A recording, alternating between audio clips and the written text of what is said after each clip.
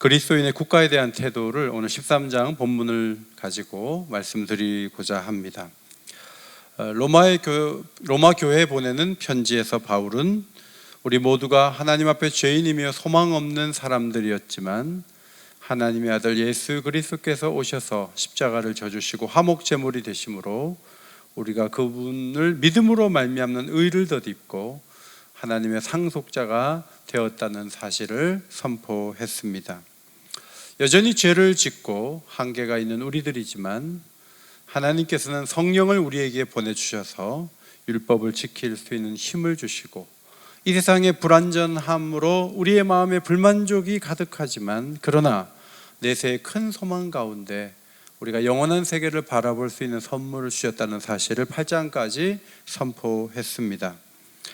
9장부터는 바울은 복음을 등진 이스라엘을 하나님이 완전히 버리신 것이 아니라 이방인의 충만한 수가 차기까지 그리하신 것이며 이후에는 그들이 돌아와서 하나님의 충만한 구원의 풍요로움을 이룰 것이다. 그것을 바라보면서 하나님의 지혜와 지식이 깊다는 사실을 탄성 가운데 감사하는 것을 보게 됩니다.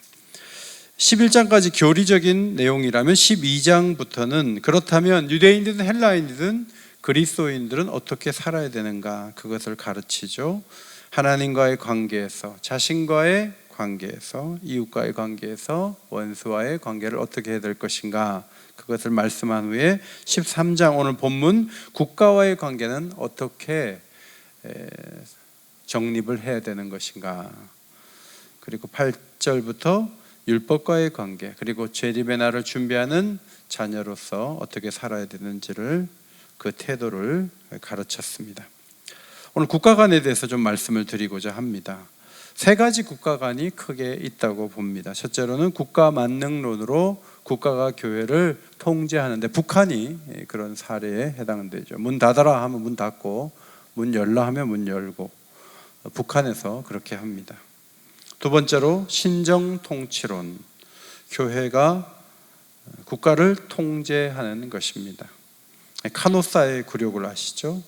황제 하인리 4세가 그레고리 7세 교황 앞에 가서 무릎을 꿇고 사죄했던 역사가 있습니다. 교회의 힘이 더 강했던 그런 때였죠. 동반자 관계가 있습니다. 각자 독특한 책임을 지고 서로를 격려하며 건설적으로 협력하는 관계. 우리 세 번째 동반자 관계를 갖고 있다고 생각을 합니다. 베드로 사도는 하나님을 두려워하며 왕을 존대하라 그렇게 명했습니다. 왕을 존대해야 하지만 동시에 하나님을 두려워하는 것이 중요합니다. 하나님은 만왕의 왕이시고 왕을 세우는 분이십니다. 로마 시대에는 로마 황제가 최고였습니다. 그들이 신처럼 여겨졌고 숭배의 대상이었습니다. 그런데 이 부분에서 성경은 구분을 짓는 것입니다. 하나님이 계시다. 모든 권력은 하나님의 권위 아래 있다. 그런 사례는 성경에 굉장히 많아요. 공회에 끌려간 베드로가 복음을 전하지 말라, 예수에 대한 얘기하지 말라 했을 때 예수의 이름으로 가르치지 말라는 말을 듣고 사람보다 하나님께 순종하는 것이 마땅하다 이렇게 반응하면서 공회의 권위가 있지만 그 공회의 권위를 거스르는 이야기를 했습니다. 오래전에 모세 시대에 사내 아이면 죽이고 여자아이면 살리라는 명령을 받은 산파들이 왕의 명령을 어기고 남자 아기들을 살린 적이 있습니다. 모세 당시의 산파들은 바로보다 하나님을 두려워했던 것입니다. 다니엘서 3장에도 금신상을 두라평지에 세우고 신상 낙선식을 할 때 관리들을 불러 모아서 다 절을 하게 했죠. 그때 다니엘의 세 친구는 맹렬히 타는 풀무불 가운데 던져지면서도 하나님을 섬기는 길을 택했습니다. 그때 하나님이 저들을 살리셨습니다. 다니엘서 6장에도 다리오 왕 때 다니엘은 30일 동안의 왕 외에 어떤 신에게나 사람에게 무엇을 구하면 사자굴에 쳐넣는 그런 법이 발효가 되었는데 그 법을 알면서도 여전히 예루살렘을 향하여 하루 3번씩 창문을 열어놓고 감사기도를 드렸어요. 그래서 사자굴에 던져졌지만 하나님이 그를 살리셨습니다. 요한계시록 13장에도 42달 권세를 받은 짐승이 성도들과 싸워 이기며 사로잡고 죽이는 환상을 사도 요한이 보았습니다. 그 잘못된 권력은 사람들에게 이마에 표를 하지 않으면 매매를 하지 못하게 하므로 그들의 권위를 엉뚱하게 사용할 미래에 대해서 사도 요한은 적어 놓았습니다. 바울 당시에 로마 제국 또한 비호의적이었고 상당히 긴 시간 동안 교회를 핍박하는 입장에 공권력이 사용되었습니다. 바울 자신도 억울하게 잡히기도 하고 매를 맞기도 하고 또 쉽게 해결될 문제임에도 불구하고 사람들의 눈치를 보느라 로마로 압송해서 네로의 재판을 받도록 하는 그런 부당한 일을 당했습니다. 특별히 그는 십자가에 예수님이 죽으신 것은 예수님의 죄 때문이 아니라 누가 봐도 잘못된 권력의 연합과 시기심 속에 그 일이 진행됐다는 것을 누구보다도 바울은 잘 알았습니다. 따라서 바울은 권력을 가진 이들에 대해서, 국가 권력에 대해서 상당한 거부감과 부정적인 생각을 할 수 있었던 상황에 놓여 있었습니다. 그런데 13장을 읽어보면 사사로운 감정과 서운한 마음보다는 성령께서 우리 교회에 성도들에게 주시고자 하시는 정직한 메시지가 여기에 담겨 있다고 볼 수 있습니다. 먼저 국가의 권위에 대한 말씀입니다. 1절, 권세는 하나님께로부터 났고 모든 권세는 하나님이 정하셨다는 주장입니다. 따라서 복종하라는 것입니다. 복종한다, 휘포타소, 아래에 배열한다. 에베소서 5장에 아내가 남편에게 복종하라 했을 때 휘포타소의 이 단어를 사용했어요. 또 로마서 8장 20절에 피조물이 허무한데 굴복했다라는 번역을 했죠. 따라서 2절, 권세를 거스리는 자는 하나님 명을 거스리는 것이고 거스리는 자는 심판을 자취한다라고 말씀했습니다. 국가는 질서를 유지하는 일을 감당을 하는 것입니다. 그러므로 그 권세에 맞서는 것은 무질서함을 만드는 것이고 하나님이 세우신 이 권위에 도전하는 것이기 때문에 징벌을 받게 된다 하는 사실을 적었습니다. 그러나 모든 것을 명할 수 있고 모든 것을 통제할 수 있는 것은 아닙니다. 예수님이 오래전에 가이사의 것은 가이사에게, 하나님의 것은 하나님께 바치라 이렇게 말씀하신 적이 있죠. 이것은 세금은 세금대로 내고 하나님께 드릴 것은 하나님께 드리라 이런 표현이기도 하지만 이 말씀 속에는 통치자에게는 한정적인 권한밖에 없다는 의미가 담겨 있습니다. 당시 국가를 다스리는 왕에게는 신적인 의미를 부여하는 입장에서는 그런 개념에 반대하는 말씀이기도 합니다. 3절에 다스리는 자들은 선한 일에 대하여 두려움이 되지 않고, 4절 하나님의 사역자가 되어 악을 행하는 자에게 진노하심을 따라 보응하는 자이다. 공권력을 가진 자들은 선한 일을 하는 사람들이 막 공권력 가진 사람들을 두려워하는 그런 상황을 위해서 통치자를 세운 것은 아니라는 것이죠. 예를 들어 우리가 예배를 드리고 기도를 드려야 되는데 다니엘 시대처럼 그런 것을 발목 잡고 그 부분을 공격한다는 것은 사실은 그것은 하나님이 원하시는 일은 아니에요. 지금 코로나 사태 때문에 예배를 통제하고 교회를 관리 감독하는 것은 이해는 되지만 이 상황이 끝났는데도 불구하고 기도와 예배에 대해서 공권력이 개입하고 사람을 보내서 감시하고 그럴 이유는 전혀 없습니다. 권세에 복종하라는 성경적인 가르침이 있게 된 이유는 국가 권력이 무질서를 통제하고 사회악을 심판하는 그런 공권력을 행사해서 질서를 잡는 역할을 수행하기 때문입니다. 모두가 국가에 저항하고 모두가 법에 대해서 말하고 모두가 끌어내리려는 사람만 있다면 사회는 무질서함에 빠지게 될 텐데, 그렇게 되면 교회도 선교하고 전도하는 일에 지장을 받게 될 것입니다. 복음은 폭군과 무정부주의자 모두에게 똑같이 적대적이다. 히틀러 같은 사람을 지지하면서 그가 가라는 대로 갈 필요가 없죠. 그러나 춘추 전국시대처럼 완전히 혼란에 빠져서 어려움이 되는 것이 분명함에도 불구하고 계속적인 시위와 계속적인 정부에 대한 공격을 일삼는 것도 그것도 온당한 태도일 수 없고 그것은 성경의 지지를 받지 못한다, 그런 말씀입니다. 국가 권력에 복종하고 협력할 필요가 있습니다. 우리의 시민권은 하늘에 있지만 대한민국 시민으로서 행해야 될 바, 의무들을 수행하는 것이 필요하다는 말씀입니다. 5절에 그러므로 복종하지 않을 수 없으니 양심을 따라 할 것이니라. 두려워서 복종한다면 필요 이상으로 두려움 속에서 따르게 될 것이지만 우리의 양심이 하나님께 순종하는 마음으로 국가 권력에 복종할 수 있다, 그렇게 말씀하고 있습니다. 7절에 두려워할 자를 두려워하고 존경할 자를 존경하라. 통치자들에 대해서 두려움도 갖고 또 존경심도 가져야 된다, 그렇게 바울은 가르쳤습니다.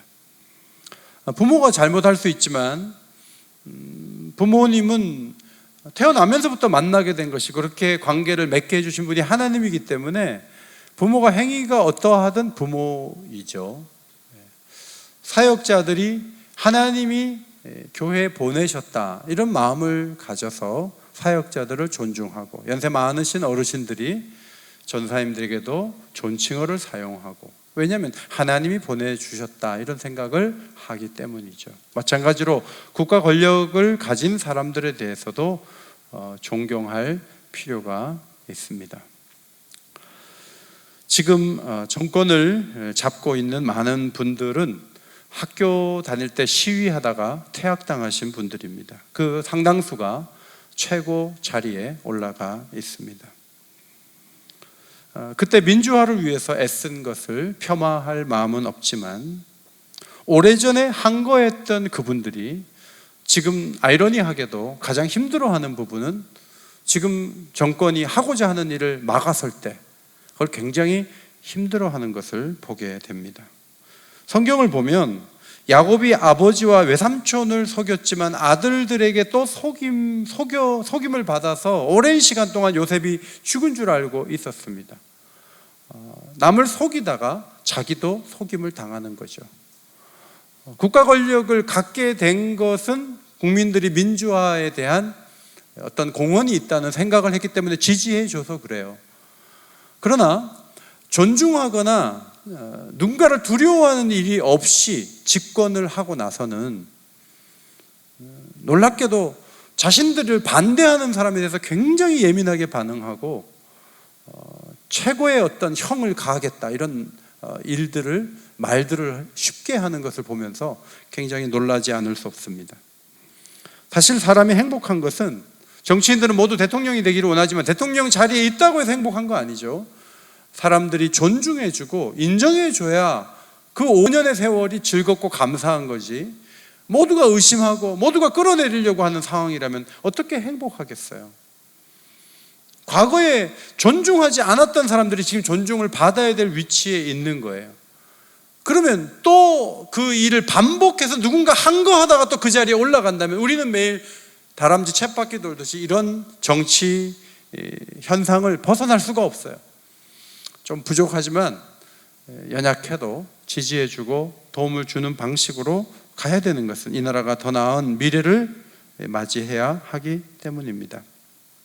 국가의 역할에 대해서 말씀을 드립니다. 4절에 보니까 하나님의 사역자가 되어 선을 이루라 그랬어요. 여기서의 선은 우리가 예배드리는 또 기도하는 그런 종교적인 선이라기보다는 국가 권력이 있음으로 많은 사람들의 삶이 증진되고 개선되고 좋아지는 부분에서 국가가 다양하게 좋은 일을 할 수 있죠.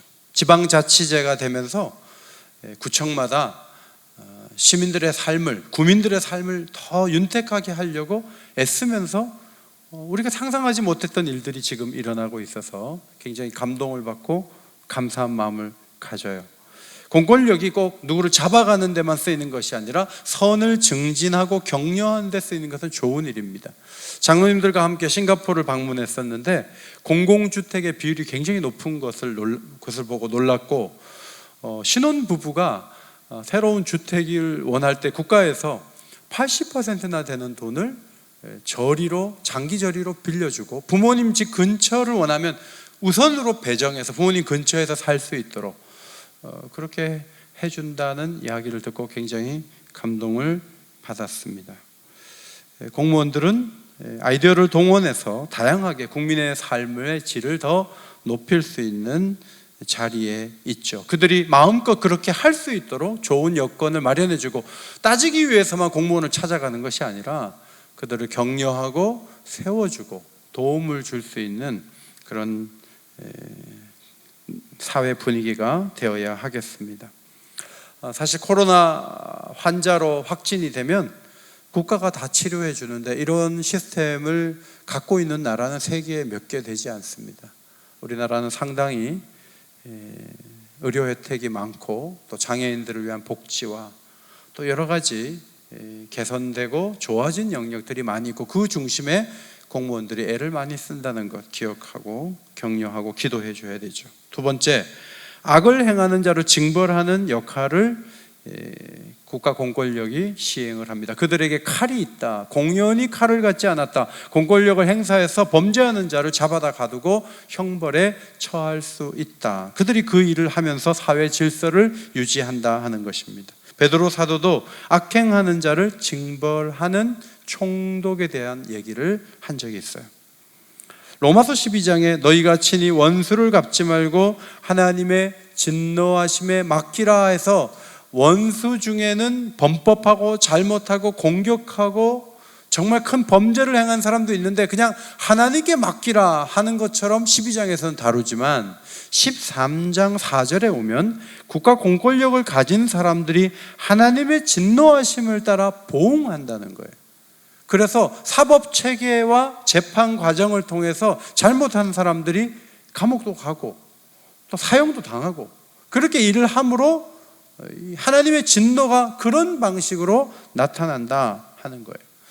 재판 과정이 좀 길어서 아니 범죄한 지가 언젠데 아직도 재판 가운데 있느냐 하고 답답해 할 때도 있지만 잘 기다리고 죄 없는 자가 벌을 받지 않도록 죄 있는 자가 그냥 풀려나지 않도록 이 법을 잘 운영하는 일들이 우리 사회에 있어야 합니다. 세 번째로 하나님의 일꾼이 되었다라는 표현이 6절에 나오죠. 구약 성경에도 보면 예레미야 선지자에게 내 종 바벨론의 왕 느부갓네살이라고 하나님 말씀하시면서 7절에 모든 나라가 그와 그의 아들과 손자와 그 땅의 기한이 이르기까지 섬기리라. 느부갓네살의 손자 때까지 하나님이 권력을 주시겠다. 그렇게 하나님이 말씀하셨습니다. 이미 세워진 통치자는 하나님의 일꾼이고 종이라는 것입니다. 그들이 하나님이 할 일을 그들이 대신해서 받아서 질서를 유지하는 일을 하고 세금을 거두고 지출을 하는 과정에서 사회가 윤택하게 돌아가도록 하는 것이 하나님이 위임하신 세계라고 하는 것입니다. 국가에 대한 양극단의 시선이 있죠. 첫째로는 국가가 모든 것을 할 수 있을 것이라는 지나친 생각에 빠지는 시선입니다. 어쩌면 너무 시위를 많이 하는 분들에게는 이런 시선이 있는지도 몰라요. 어쨌든 권력자들이 모든 것을 하고 모든 행복을 가져올 것처럼 그렇게 믿는 거예요. 그래서 이 국가 권력이 조금이라도 잘못되면 엄청난 무슨 피해가 있는 것처럼 너무 예민하게 반응하고 그들도 그들 생각이 있고 우리는 우리 생각이 있는데 그게 일치하지 않을 때도 있을 수 있잖아요. 그걸 너무 바로 잡으려고 시위를 이어가고 여러분 8월 12일까지 100명 미만의 확진자가 나왔어요. 8월 13일에 100명이 넘어섰어요. 그러면 주의해야죠. 주의해야 됩니다. 그럼에도 불구하고 수만 명이 모이면 그 집회를 통해서 얻은 게 뭐예요? 그 마음 속에 꼭 그렇게라도 해야 되는 이유 속에 국가에 대한 어떤 절대적인 국가가 뭔가 다 할 것 같은 그런 생각 때문에 그렇게 한 것은 아닌가를 돌아봐야 돼요. 예수님이 정치인으로 오셨습니까? 만약에 정치로 세상을 새롭게 할 수 있다면 예수님이 왕이 되셨겠죠. 헤롯을 잡아내리고 빌라도를 쫓아내고 예수님은 이스라엘에 왕국을 세웠을 거예요. 근데 예수님이 그렇게 하지 않았어요. 어부들을 찾아내셨어요. 그리고 그 어부들에게 교회를 맡기셨어요. 그리고 그 교회를 통해서 세상을 새롭게 하시겠다는 그 주님의 의도가 틀리지 않은 것은 콘스탄틴 대제 때 로마 제국이 기독교 제국이 되면서 300년 만에 변화가 있잖아요. 교회를 통한 변화가 늦는 것 같지만 하나님이 그렇게 하신 역사의 증거들이 분명히 있지 않습니까? 대통령이 잘못한다 그래서 하나님은 아무 일도 못하십니까? 아니요, 하나님의 계획은 그대로 흐를 수가 있어요. 그래서 소망을 청와대에 둘 것이 아니라 소망을 하나님께 두는 태도가 필요하다는 말씀이에요.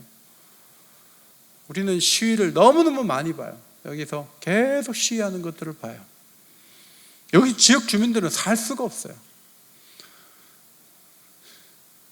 하나님을 기대하는 시선이 필요해요. 하나님께 기도해야 돼요. 하나님을 의지하고 하나님을 신뢰하고 하나님을 찾아야 돼요. 두 번째는 정부의 기능을 너무 작게 보면서 무관심한 태도로 일관하는 거예요. 목사님, 정치적인 발언하지 마세요. 이렇게 말하는 분도 있어요. 그러면 로마서 13장을 여러분 성경에서 지우세요.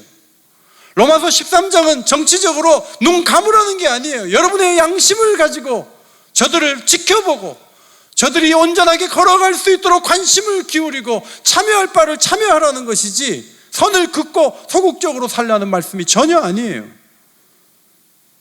나만 예수 믿다가 예수 믿고 천국 가면 된다. 여러분, 그런 비성경적인 태도가 오늘의 복잡한 문제를 만들었는지도 몰라요.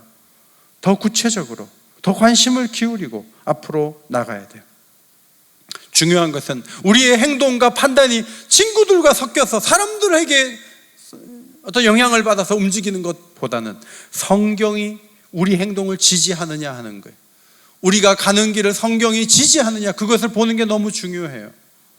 두 가지만 다시 정리해서 말씀드려요. 첫째로, 정치인들을 국민이 세우지만 하나님이 세우셨다는 인식을 놓치면 안 돼요.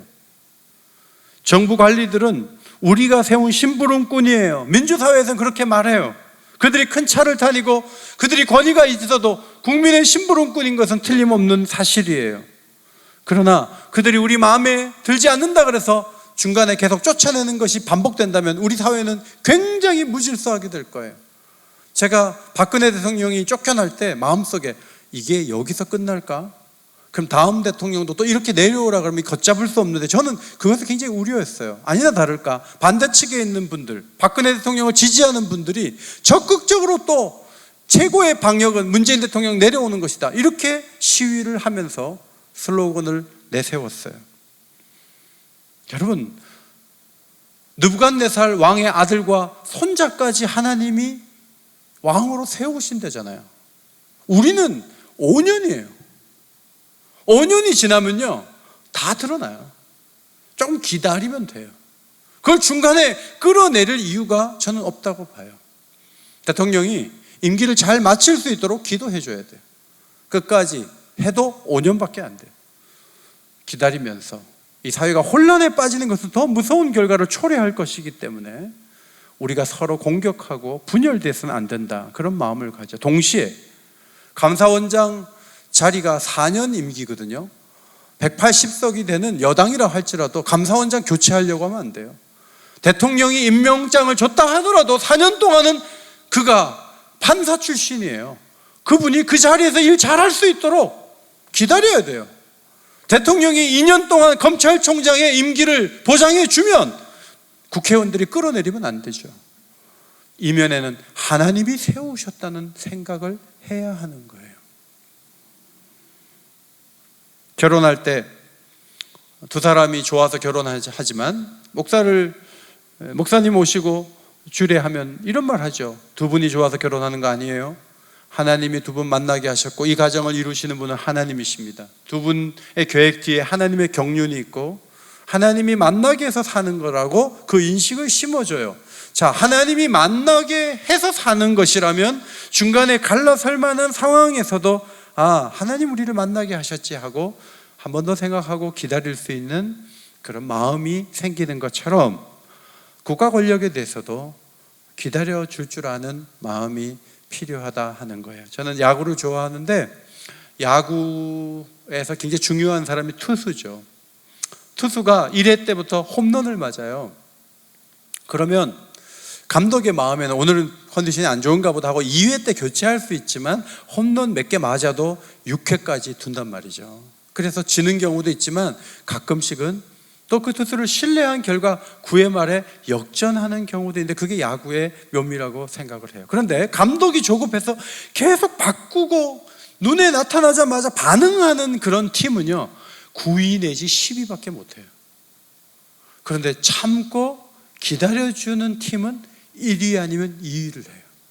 이것이 야구를 볼 때 그런 현상들을 참 많이 보게 되는 것을 말씀을 드리고 싶습니다. 여러분, 정치는 야구 경기는 아니죠. 그런데 우리 국민이 감독이 아니고 하나님이 감독이세요.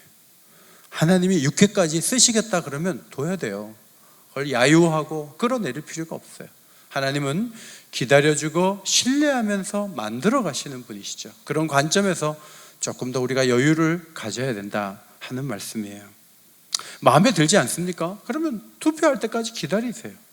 그리고 거리에 나와서 막 소리치지 마세요. 왜냐하면요 아들하고 손자를 먼저 설득해 보세요. 집에서 아들하고 손자도 설득 못하는 어른이 밖에 나와서 막 젊은 사람들에게 막 함부로 하는 것은 그것은 있을 수 없는 일입니다. 우리의 생각을 표현하는 것은 자유로운 것이지만 대화를 통해서 하고 가까운 데서부터 가족들에게 먼저 말할 수 있는, 거기서 먼저 설득이 되는 그런 가정적인 변화가 우선적인 것이 아닌가, 그런 생각을 하게 돼요.